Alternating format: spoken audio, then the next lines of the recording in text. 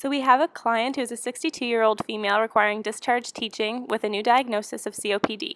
She requires teaching how to self-administer steroid and bronchodilator inhalers using an aero chamber and how to manage the condition and prevent exacerbation. COPD stands for chronic obstructive pulmonary disease, which is a progressive and incurable disease but can be managed with the right diagnosis and treatment. Types include emphysema, which is damage to alveoli, and chronic bronchitis, which is damage to bronchial tubes. Clinical manifestations include increased shortness of breath, coughing, wheezing, and tightness in chest. Assessment and diagnosis include pulmonary function tests, CXR, CT scan, and arterial blood gas analysis. Management includes pharmacological treatment, which is the bronchodilator and steroid inhalers, and reduced risk factors such as smoking cessation.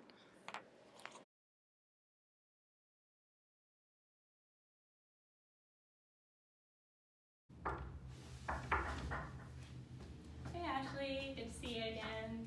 I'm just here to give you some discharge information and go over your meds and how to use them. Okay, sounds good. I brought my partner here with me so she can help me remember the information. So you're aware of your diagnosis of COPD. Do you know much about the disease at all? A little bit. A little bit, yeah. So you're having some problems with your lungs, right? And it's causing you difficulty to breathe.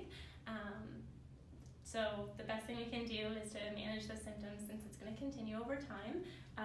Did you have any questions before we get started on all the information that you're going to get for your meds and management? Yes. What's your question? Can I still smoke? Probably not.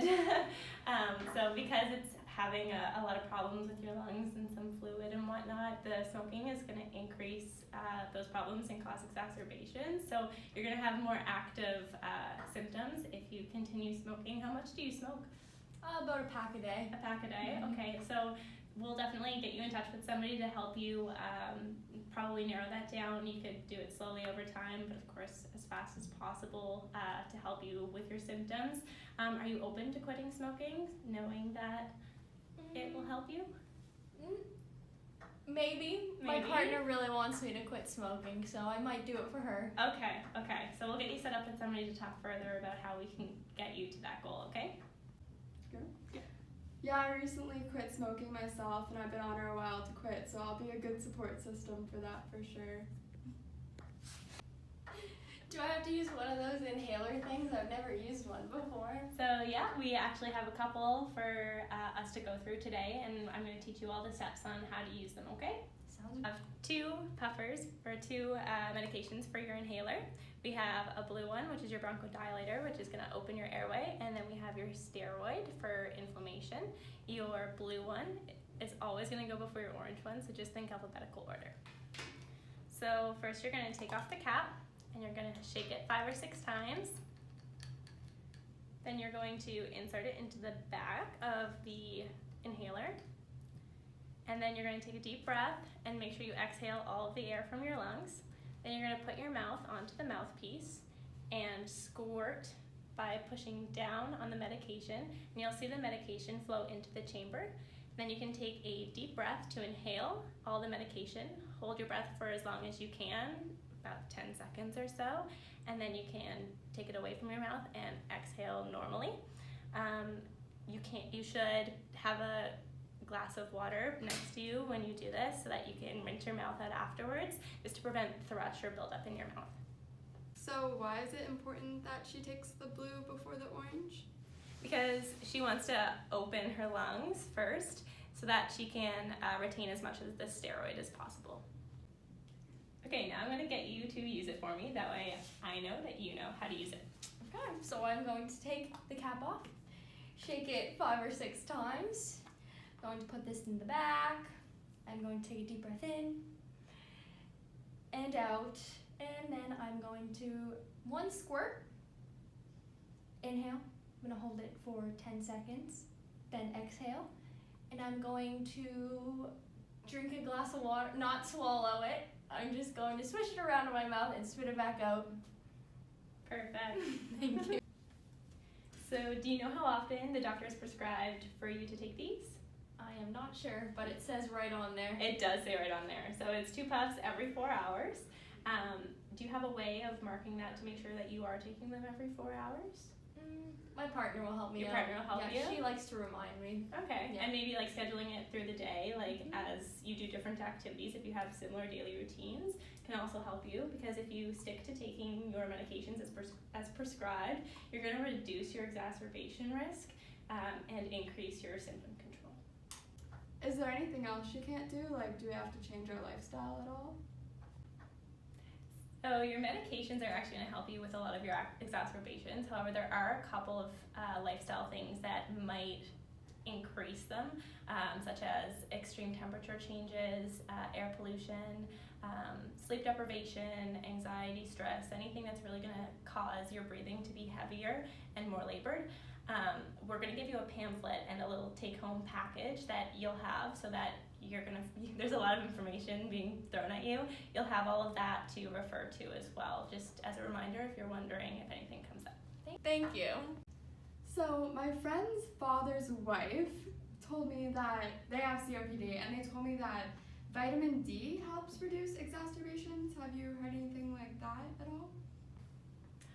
Yeah, so actually there are some studies and evidence to show that vitamin D and supplements can help a person with COPD. It's one of the CAM therapies that could be recommended and is not prescribed, but she can absolutely take those to help her.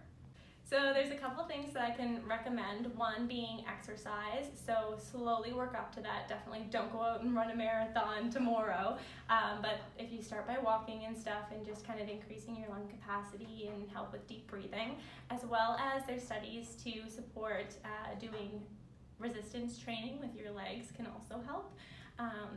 And we're also going to get you to get the flu shot every year and make sure that you're staying up on that. I'm scared of needles. Is that necessary?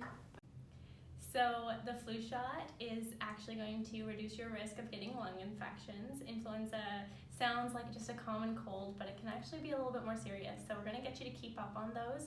And I'm sure you're going to have lots of follow-ups with doctors and nurses and stuff, and they're going to remind you as well. But definitely hold yourself accountable, and you can do so as well. Is there anything else that I can do to help? Like something I could look out for, or when to know to call for help or anything? So actually, yeah, there's a couple things you can look out for to see if you need to go back to the hospital and see a physician.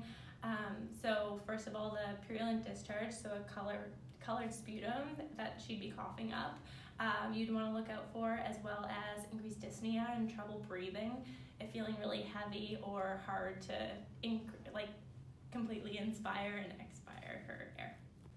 So I know this is a lot to take in one sitting. It's a lot of information coming at you. It's a really good thing that you brought a support person here with you to kind of help you with all that information and pick up on things maybe that you forget. How are you feeling about it all? A little overwhelmed. A little overwhelmed, yeah. So we do have a package and some brochures that we have put together so that you can take home with you that has a lot of the information that I went over with you today, like how to use your medications and things that you can do to help yourself with exacerbations and what to look out for. So this is something that you and your partner can both go over, and if you forget anything or on downtime, you can read it. There's also some help numbers on the back, as well as support groups that you can go to, and you can take that. Thank you. Yeah, you're welcome. We talked about my medications. Don't take blue before orange.